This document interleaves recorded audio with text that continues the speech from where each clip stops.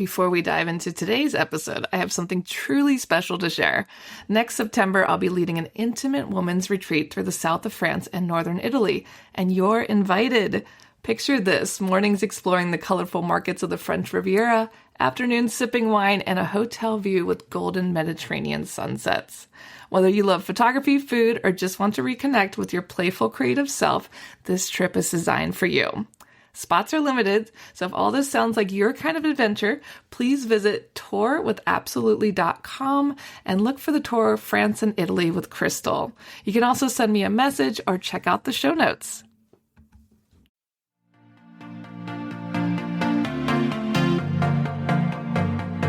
Hey guys, my name's Crystal Kenny, and I'm in love with creating. All things artistic and imagination involved. I'm an American girl who chased her creative dreams all the way to Paris, France, making a living using photography.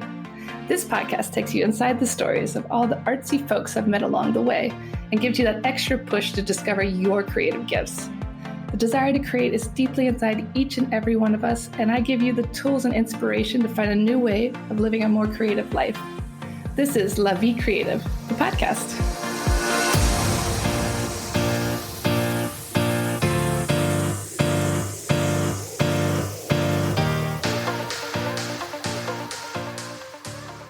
Today on the show, I interview French filmmaker Jenna of Belle Epoque Films.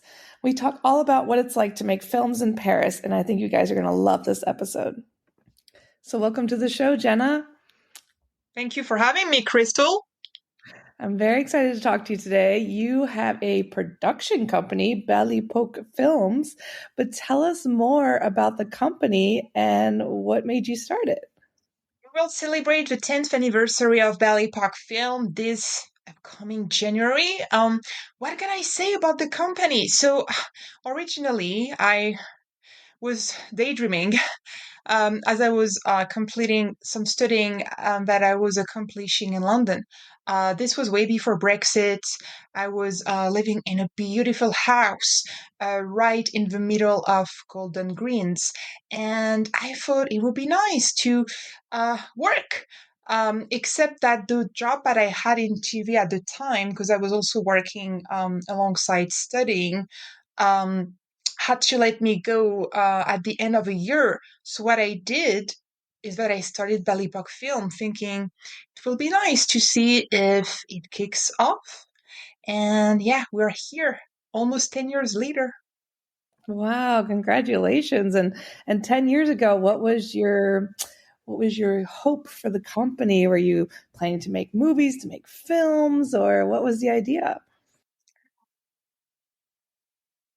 We had an idea, I think. That's exactly correct. Because frankly, at the time, I didn't really have a vision for 10 years later.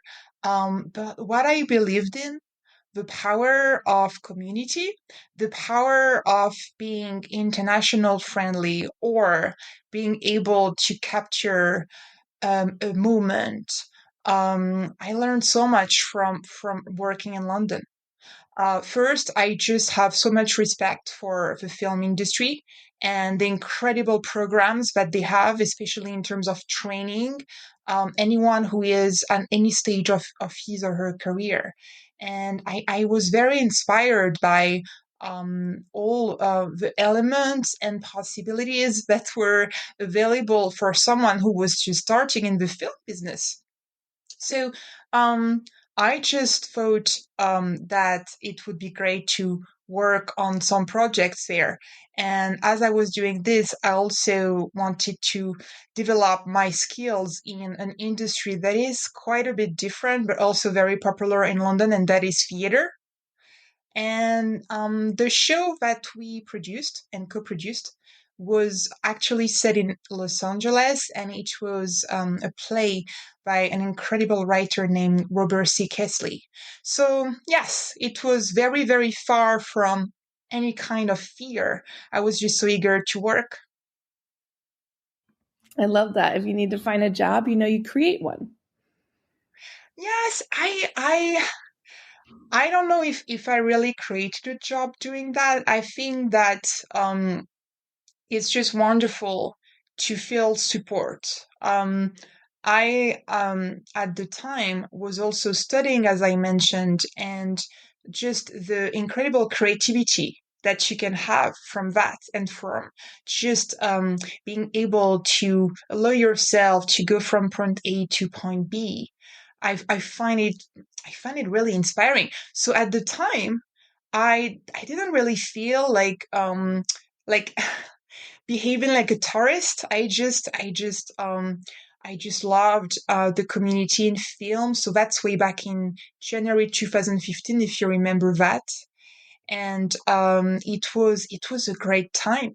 So within these 10 years, I produced a feature film of my own that is called The Golden Age, and it is being quite the journey as it's been touring festivals over the world recently. Congratulations, that's wonderful. And why did you choose the name Belle Epoque Films? Belle Epoque.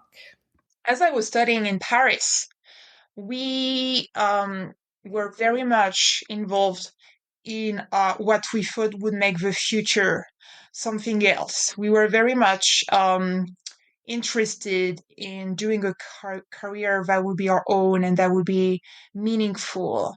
As I was also on my own journey as a student, I started a little bit of an initiative that was more on the professional side of what the mix of arts could be. And as part of this initiative, we launched what we thought would be a good call out card that would be to perhaps launch a movement that would be called the new Belle Epoque. That was our call. We thought it would be fun. And all of a sudden, like it started to become this rumor. And so, as rumor has it, New Belle Epoque became New Belle Epoque Film, and New Belle Epoque Film, as I was doing the work, became Belle Epoque Film. And this is how we launched the company in Paris in January 2015, literally during my move to London. I love that. I like the rumor.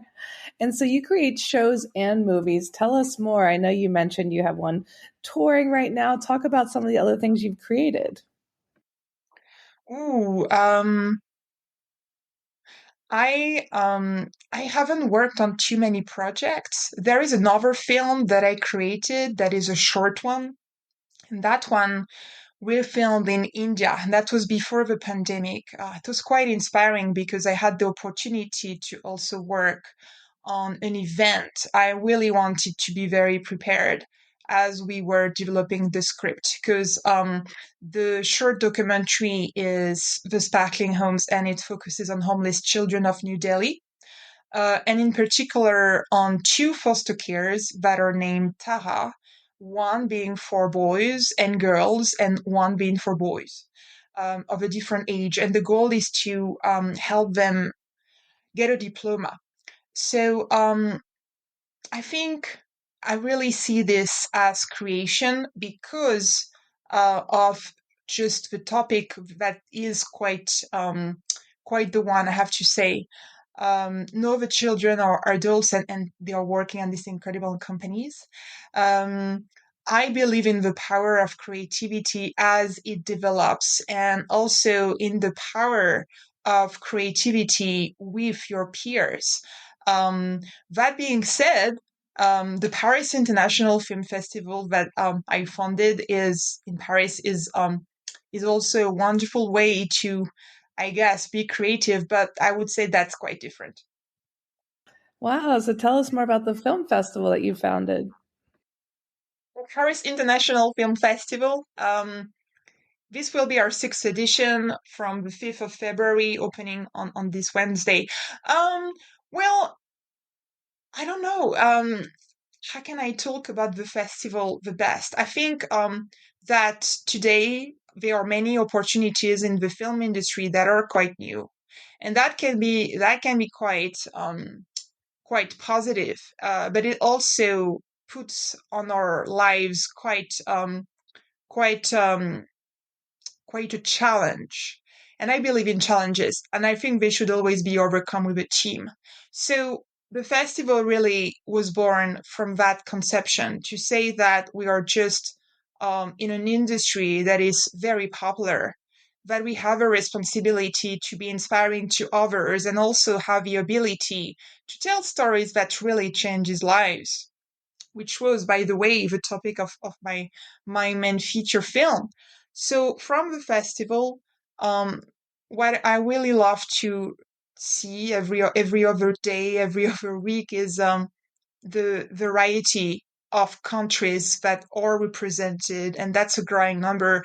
The festival always represented the five continents, but I can only see more submissions from Nigeria, also from territories that are not necessarily well represented in general at film festivals.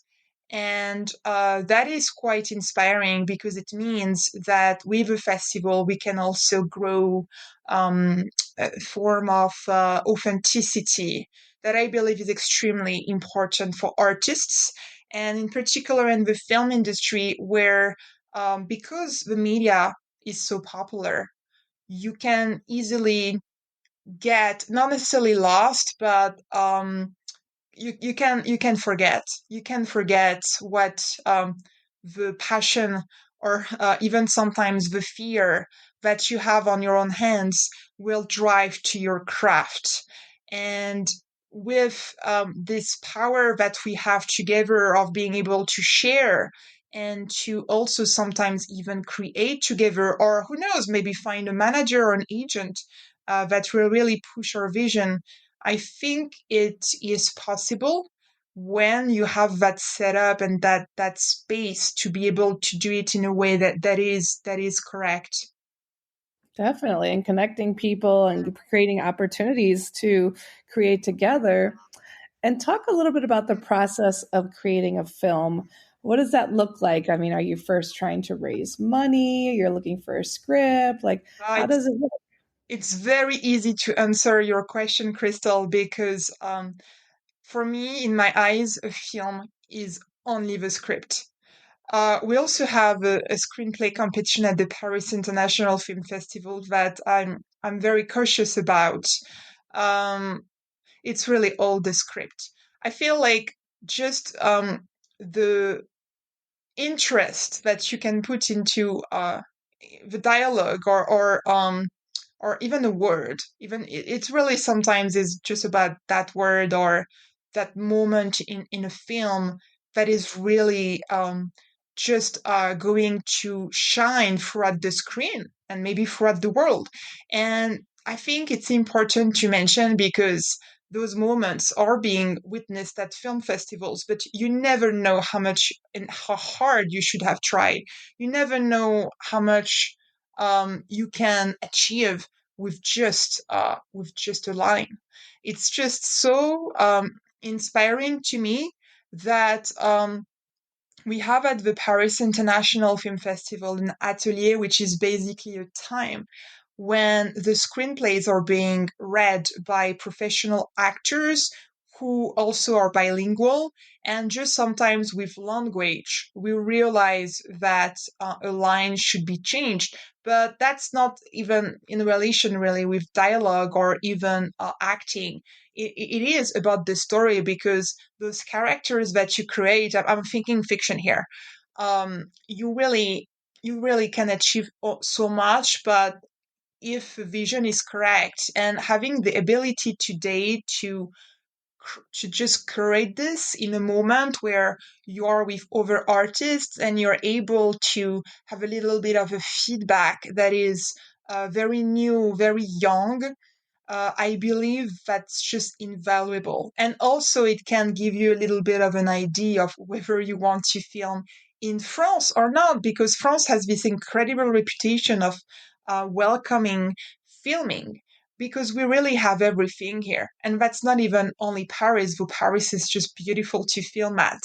Um, it's important to understand the locations and understand also just the outcome of what you're just creating.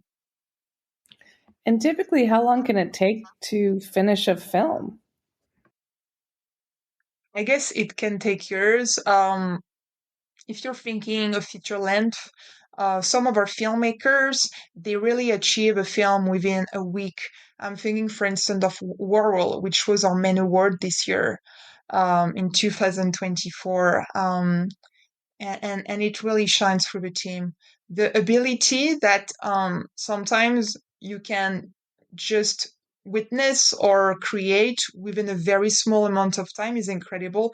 But I would say that it would be probably a good idea to have many projects at the same time, or not necessarily many projects, but if you're a writer, for instance, you should always be writing log lines. Like there is something in cinema that is just really out of your hand. That is what the audience wants. And in terms of what the audience wants, of course, you also want to be a little bit practical with it and feel that perhaps you also want to tell a message that's more yours, or that's more what the market will want, or what you think the market will embrace, and share in many territories, or help support your own vision. Um, but I would say that I wouldn't be surprised if a film takes years. I think it really is a question of the team. But there is that. You don't have to wait. You don't have to be thinking about time. Time is very important, but time will be your best friend. I like that. Yeah, definitely. It can be a week, it can be years. It just depends on the movie. And talk a little bit about the hardest part of filming. I think it's mostly about the weather. The weather is really something that's very difficult to control, unless you're filming in a studio, or at a space that is, I guess, similar to a studio. I'm thinking indoors. I feel the weather should mostly be being seen as an opportunity for independent filmmakers. I think you can always adapt a script whenever you feel like it, because you're gonna have a very hard time if you're trying to fight against elements like rain, or and of course it can be also just too dangerous from a production point of view. So I would say what is the hardest part is probably when you're trying to fight against something that is just stronger than what you are. Yeah, definitely. We can't control the weather. And talk a little bit about some of the funny or interesting stories that have happened through your own films. What are some stories that stand out in your mind while you were making your film? Well, we did have a problem with the weather. As we were filming the Golden Age, it was so beautiful. We just thought it would be very smart to film all around the south of France, and in particular the Saint-Tropez area, where about 70% of our scenes are set. We actually had many issues with the weather. You would find that funny. Who would think that Saint-Tropez could ever rain? But I saw snow in Saint-Tropez as we were scouting locations, and I felt the coldness as I was acting in it. In particular, trying to pretend that it was a very nice morning, with the sun rising, of course, and just trying to enjoy a beautiful morning in the south of France. I don't know. I thought Paris was also incredible, because as we made the move up, uh, we we realized that there would be a storm for about a week, and that was exactly matching our filming date. But you know what? That also shows the producers who perhaps are more prepared, because I hired this incredible safety team. I didn't want anyone to drive. There was only a very few amount of exceptions. I feel that was quite funny, because and interesting, because all of a sudden we had to kind of just cope with it. It's not sometimes only about crew, or matching the weather and the frame. It's just on your mind. You know that it's going to rain. You're like the weather, or the elements are really something that the actors, or or your team in general, really, but sometimes it can be harsher on the actors when it involves temperature or over elements like, just the frame not being able to be in a certain way or in the way that was expected. Um, so yeah, we had these incredible cars, for instance. They were all from the 60s, like they were all exceptional, and we just had to adapt the car race with the weather, obviously. So that was quite interesting because I realized that I should have made the script better. There was a scene where Angèle Deveau, the protagonist, the female protagonist, she is all dressed up, and she is, without mentioning anything, getting into the street, taking to the street, and I imagine like this incredible scene that I storyboarded with the beautiful scene of Paris at night, and it was a full idea because we had also a track with all the material for it. But all of a sudden, it became an incredible, interesting scene in the car, and we made it happen with a lot of care because it was also the last scene that we filmed for the Golden Age, and it was beautiful because we just adapted with lights, having the rain pop on the windows, trying to make the sound also shine through the scene so that the spirit of it was exactly matching the scene. So, in other words, you can be extremely creative when it comes with cinema. There's really no limit. You can always find a way to tell what you wanted to say to the audience. Exactly. You can fake it if you need to. Absolutely. Yeah. Well, I mean, a lot of cinema is just faking, though cinema is the truth. But I have to say that there is so much that you can achieve. I'm thinking about also intimacy coordination because we had this incredible panel that was very much coordinated by an intimacy coordinator whose name is Asha Mollier. And we are entering an era of artificial intelligence and streaming that is always becoming more important. So I think it's important to also remember that there is so much that you can change throughout a little bit of, I have to say, something that is close to just team spirit because as you're discussing and as you're trying to make the best out of your scene, it always circles back to the same idea, which is you really want to give your best. You really want to give the best to the audience. Um, but there is also a lot of it that is pure fiction. And I love that idea. I love that cinema can transport us because of its fictional element. I love that too. That's why we love watching. And what's some of the biggest difference between making films in France versus the USA? Is there anything that you've noticed? Oh, absolutely. Everything is different. The rules are not the same. In France, you cannot really film more than 8 hours. Everything is possible, but the rules are quite different. I believe in LA, it's pretty much around the 12-hour regulation. I would say that's quite a bit of a difference because, it's a 4-hour gap per day of filming. That's a lot. That's a lot. Um, Aside of that, I don't know. I think a lot of the cinema now is becoming interesting because there are also many more co-productions or filming elsewhere. I love that idea that we all want to film somewhere else. Of course, you can always film at home, but it's nice also to travel for filming. And as you're doing that, you can learn more because you're part of an atmosphere that just works differently.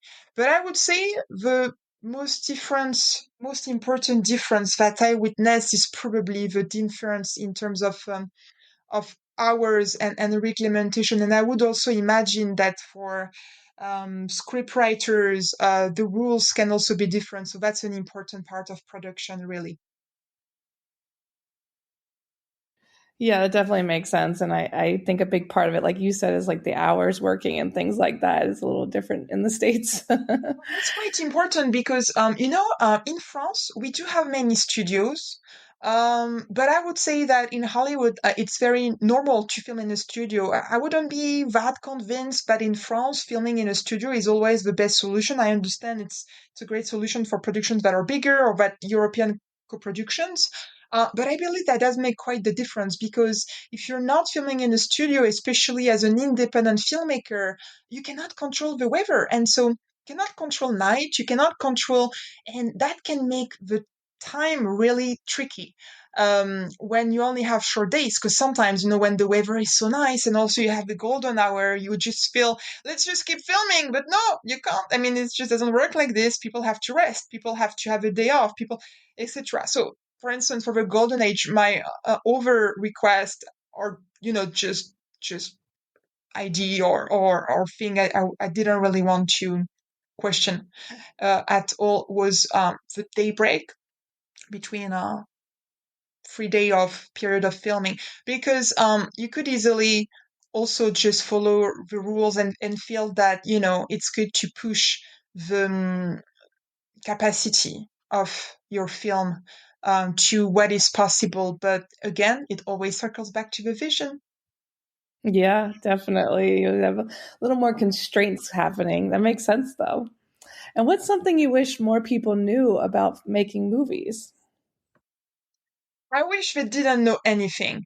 I wish they forgot uh, what it is to make a film, and the reason for it is because this is this is all fiction. I mean, there's nothing really uh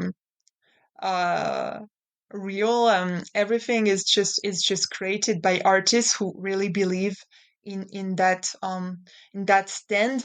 I wouldn't want people and the audience to be interested in the making of a film. Maybe that sounds a little bit weird or selfish even, but I think we should let film live their lives. I think also some films would have perhaps more respect if we just let them live in theaters or on TV or on a platform. Um, and as you said, I love how you said that you like the rumor because I also love rumors. But rumors are not always true. And the power of cinema is just so grand but I just wish we could embrace it more. But it's difficult. I know it's easy to be curious and try to see what is beyond the lines. It's part of our nature as humans to see also how we can help. And that is great. That is beautiful. It's wonderful to help film. And I would never question someone who wants to back a film or be a sponsor or just support their family doing it. But I really believe in the power of cinema. That's the thing. Yeah, definitely. We need to keep the magic there, correct? The magic and also the capacity to dream because the dream really is a product. So the capacity to dream, like I'm thinking, for instance, of our younger audiences, that's quite important. I mean, you really want to have opportunities for those who can't travel, for those who perhaps live in a remote area. And we film again like the power of a story, of sometimes even just a scene or something that you can attract on as a message or as a little bit of a suggestion to be better and try more. I just feel that is invaluable. And as much as I love the idea that anyone can make a film today, because have a phone, can make a film, I also believe in the importance of the team. Uh, and I think that if you can just be supportive of that, that is quite uncommon and it will help you in the long run.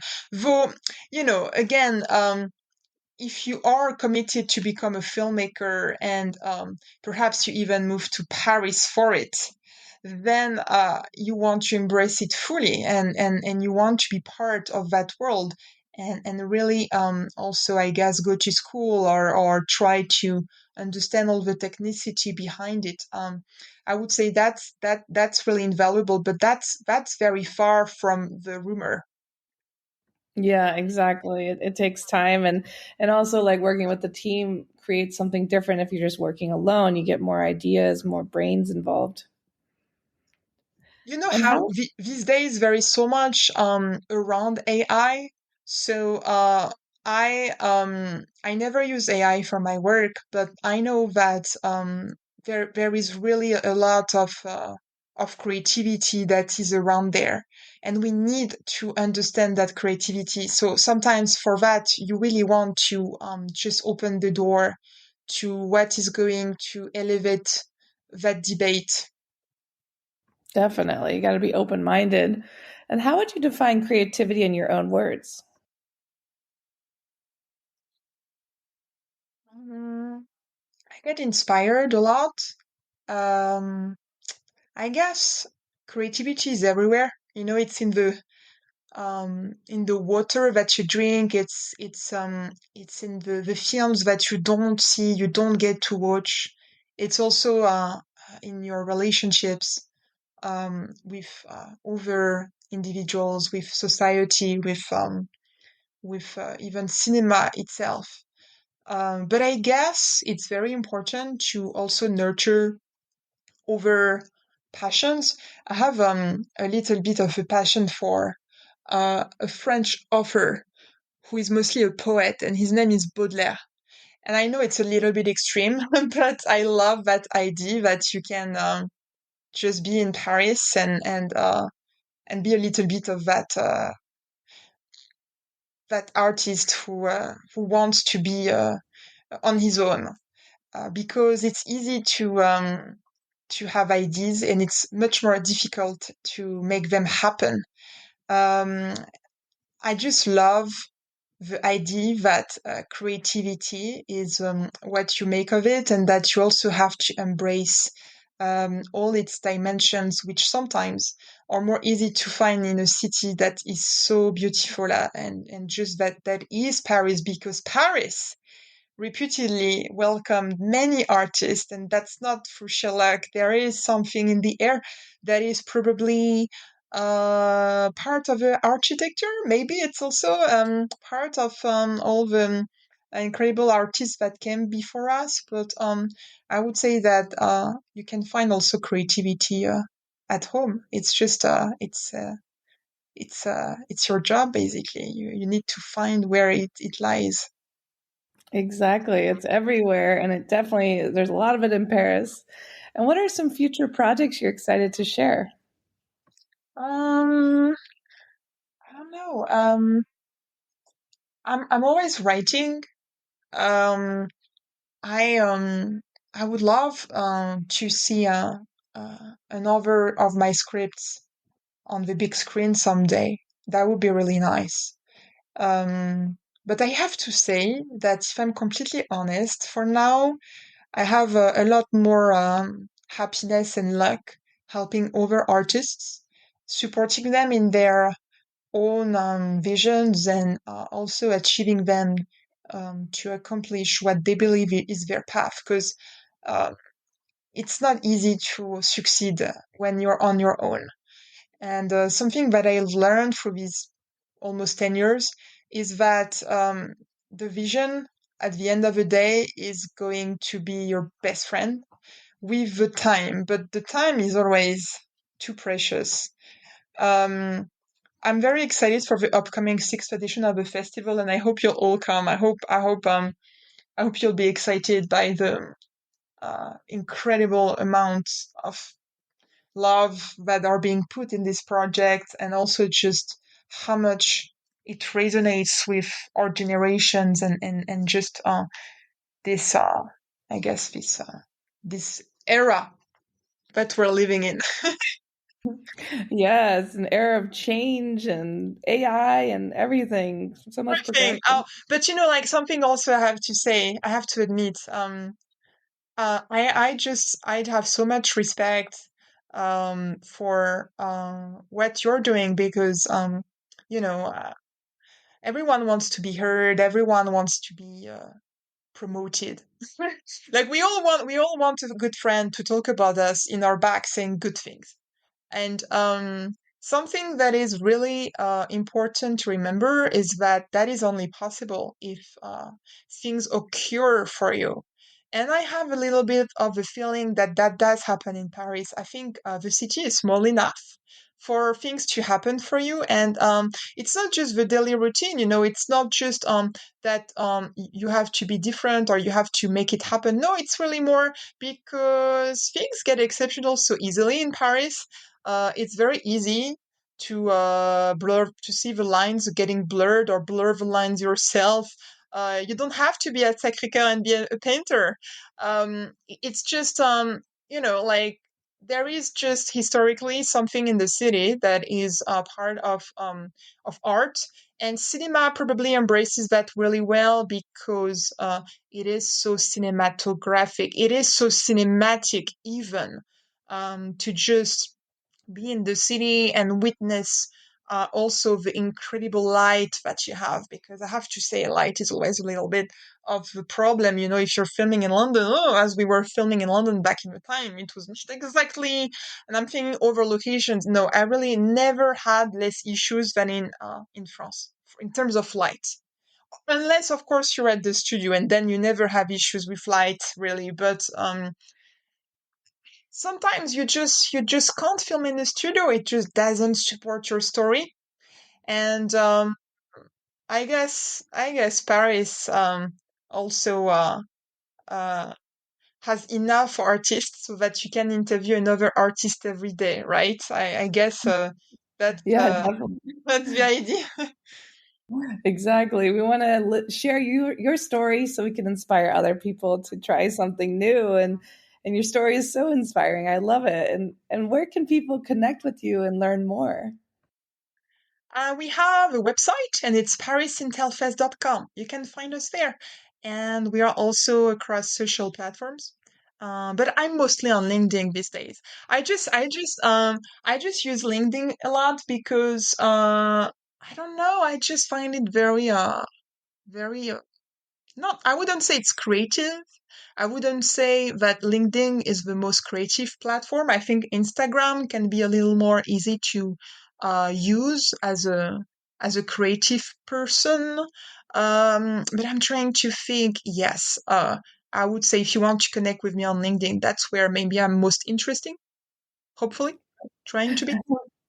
Perfect. Well, thank you so much for sharing your story with us. And we'll share all of that in the show notes so people can connect and learn more. Merci. Thank you. Thanks so much for tuning in to La Vie Creative. You can find more information on MissParisPhoto.com.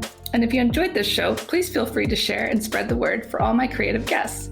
We have the power to help them to keep doing what they love. See you next time.